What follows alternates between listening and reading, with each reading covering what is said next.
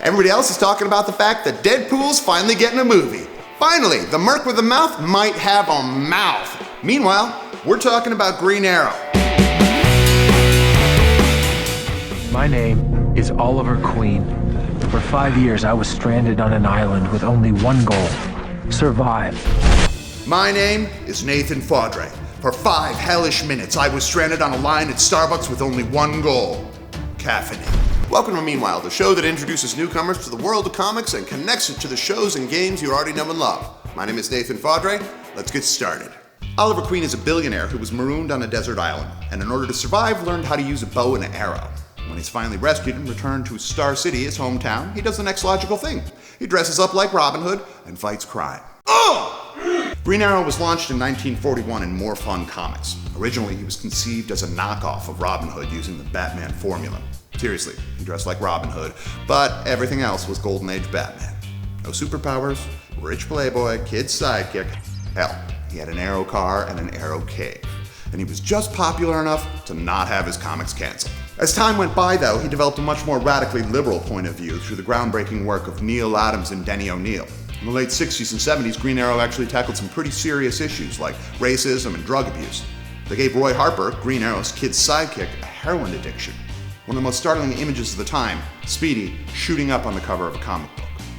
Oh, Roy, I'm so disappointed. Still, he was kind of gimmicky, using all kinds of trick arrows, including the infamous boxing glove arrow.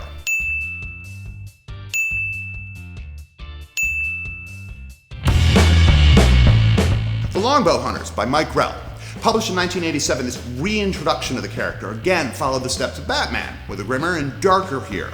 Gone are the trick arrows, this Green Arrow is shooting to kill. In fact, pretty much everything that is established in the Arrow TV series came from Grell's run on the book. Double up, Quiver by Kevin Smith. Yes, that Kevin Smith. By 2000, Oliver Queen was dead and had been replaced by his bastard son, Connor Hawke. One thing you'll find, though, in comic books, people rarely stay dead. This run sees Oliver Queen brought back from the dead, literally. So yeah, it's a good starting point. Along with everything else in the DC universe, Green Arrow was rebooted in DC's relaunch, The New 52. We'll just tell you right now, you can skip the first few issues of this.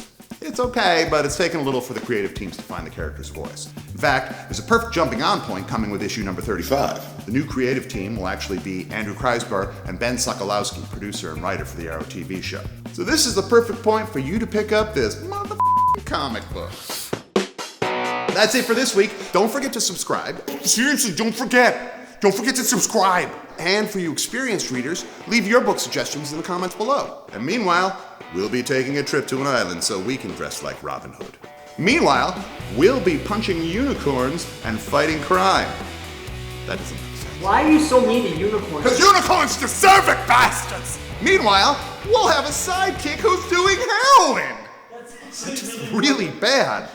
Do not do that. Stay no to drugs, kids. It's bad.